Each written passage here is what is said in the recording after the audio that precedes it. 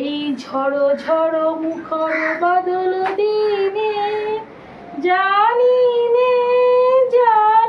নে কিছুতে কেন যে মনও লাগে না। আজকে এই বৃষ্টির দিনে তোমাদের হালকা করে একটু গান শোনালাম। আমার মনটা ভালো নেই, তবু বৃষ্টি দেখলে কিন্তু সকলের মনটা ভালো হয়। তাই এই বৃষ্টির দিনে একটা রেসিপি নিয়ে তোমাদের সামনে চলে এসেছি। আর সেই রেসিপিটা হচ্ছে কুমড়ো পাতায় গন্ধরাজ চিংড়ি ভাপা। চলো কিভাবে করছি তোমাদেরকে একটু দেখাই।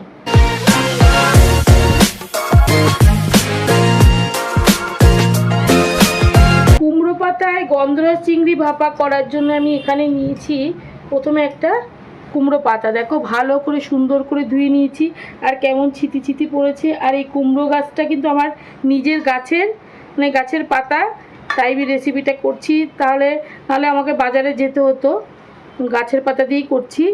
আর এখানে একটা পাতা নিয়েছি, আর এখানে নিয়েছি দুখানা পাতা। এই পাতাগুলোকে আমি কুচিয়ে দেবো। প্রথমে একটা প্লেটে আমি কুচিয়ে দেব, সরিয়ে দিচ্ছি। এখানে প্রথমে কুচিয়ে দিই এইভাবে ছোট্ট ছোট্ট করে, যাতে ভাপার মধ্যে মিশে যায় সেটা ভেবে আমি এটা কুচিয়ে নিচ্ছি। ব্যাস হয়ে গেছে, দেখো এইভাবেই হয়েছে। এবার এখানে চিংড়ি নিয়েছি, কি নিয়েছি তোমাদেরকে দেখাই। এখানে চিংড়ি নিয়েছি প্রায় 200 গ্রামের ওপরে, 200 কি 250 গ্রাম চিংড়ি হবে। এখানে নিয়েছি কাঁচা পাকা লঙ্কা, গোটা সর্ষে, সেটা সাদা সর্ষে। এখানে নিয়েছি ছোট চামচে 2 চামচ মতো পোস্ত। আর এর মধ্যে দিয়ে দেবো এখনই আমি 1 চামচ মতো জিরের গুঁড়ো দিয়ে দেবো। এর মধ্যে দিয়ে দেবো, পেস্ট করব যেহেতু, দিয়ে দেবো 1 চামচ লবণ। এই সব কিছু একসাথে পেস্ট করে নেব। এইখানে সর্ষে, লঙ্কা আর জিরে গুঁড়ো আর পোস্তদানা এগুলো দিয়ে সব পেস্ট করে নেব। আর গন্ধরাজ লেবু তো লাগবেই, দেখো একটা গন্ধরাজ লেবু নিয়েছি। চলো আগে এই সব কিছু একবারে পেস্ট করে নিই। আচ্ছা, আর নিয়েছি আমি টক দইটাও 1 চামচ মতো নেব। এই যে বাটি আছে, এই চিংড়ির মধ্যে আমি টক দইটা দিয়ে দিচ্ছি এখনই। আচ্ছা, আর একটু দিচ্ছি, এই যে 2 চামচ মতো আমি টক দই দিলাম। চলো আগে পেস্টটা করে নিই, তারপরে সব কিছু একবারে ম্যারিনেট করব। পেস্ট করে নিয়েছি, এই দেখো একদম স্মুথ পেস্ট। এই চিংড়ির মধ্যে আমি সমস্ত পেস্টটা দিয়ে দেব, ভালো করে কেচে দিয়ে দেব। এটা ধুয়ে একটু জলও দিয়ে দেবো, সেটা একটু পরে দেব। আচ্ছা, এর মধ্যে এখন দিয়ে দেব এই যে কুচনো কুমড়ো পাতা, দিয়ে দেব পরিমাণ মতো সর্ষের তেল, একটু বেশি করেই দিতে হবে। এটাকে ভালো করে এখন মেখে নেব। চিংড়িকে কিন্তু আমি আগে থেকে একটু লবণ হলুদ দিয়ে আমি মেখে রেখেছিলাম। আর এখানে আমি 1 চামচ মতো লবণ দিয়েছি, লাগলে আমি পরে দেব। এই দেখো এইভাবে মেখে নিলাম। মাখতে মাখতেই দারুণ একটা গন্ধ বেরিয়ে গেছে। এবার এই যে বাটিটা আছে, এই পাতাটা যে বসিয়ে রেখেছি, এর মধ্যে এই মেখে রাখা চিংড়িটা দিয়ে দেব, ভালো করে কেচে দিয়ে দেব।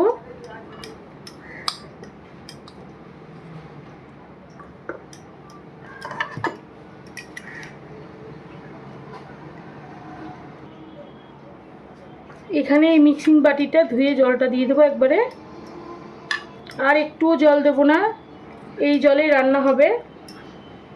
একটু মিশিয়ে দিচ্ছি। এবার এই যে গন্ধরাজ লেবুটা আছে, লেবুর পিঠটা এর উপর দিয়ে ঘষে দেব, তাহলে কিন্তু একটা দারুণ ফ্লেভার বেরোবে।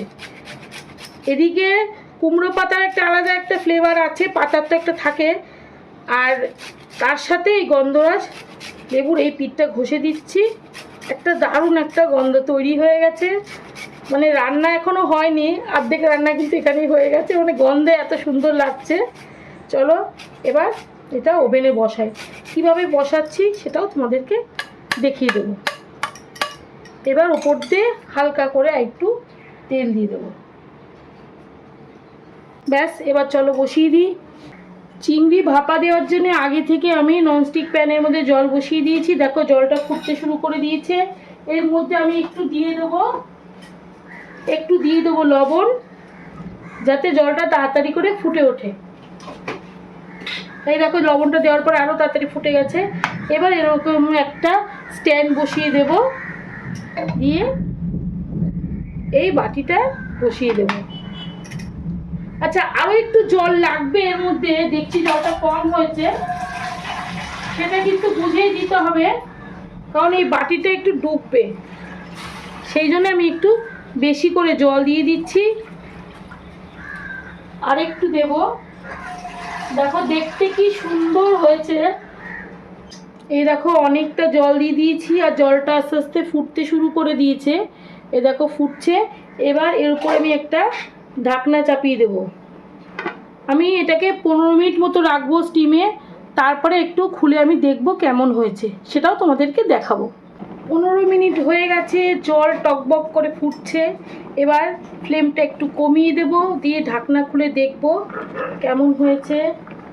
এই দেখো একদম রেডি হয়ে গেছে, কি সুন্দর বসে গেছে জিনিসটা, তোমরা দেখলে বুঝতেই পারছো একদম বসে গেছে। এবার আমি গ্যাসটা অফ করে দিয়ে এই টেম্পারেচারের মধ্যে এখন রেখে দেব। আরও 10 মিনিট রাখবো। 10 মিনিট পরে আমি নাবিয়ে তোমাদেরকে দেখাচ্ছি। আবারও ঢাকনা বন্ধ করে রাখছি। এই দেখো বন্ধুরা, কুমড়ো পাতায় গন্ধরাজ চিংড়ি ভাপা একদম রেডি। আরও 10 মিনিট রেখেছি, রেখে তারপরে তোমাদেরকে দেখাচ্ছি কি সুন্দর হয়েছে। এই দেখো চিংড়িগুলো আমি একটা খেয়ে দেখাচ্ছি তোমাদেরকে কেমন সেদ্ধ হয়েছে। এই দেখো, খেয়ে দেখতেই হবে, এটা তোমাদের কাছে আমার একদম রিকোয়েস্ট, খেয়ে দেখবে। একটা নতুন একটা রেসিপি, আগে কে করেছে আমার মনে হয় কেউ করেনি, এই ফার্স্ট হয়তো আমিই করলাম। আর এটা পুরো আমি নিজের মন থেকেই বার করেছি রেসিপিটা। আর তোমরা বানিয়ে দেখো, আর ভিডিওটা পুরোটা দেখতে হবে, দেখে আমাকে কমেন্ট করে জানিও যে রেসিপিটা কেমন হয়েছে। ভালো লাগলে একটা লাইক, শেয়ার, কমেন্ট আর সাবস্ক্রাইব করে দিও। টাটা।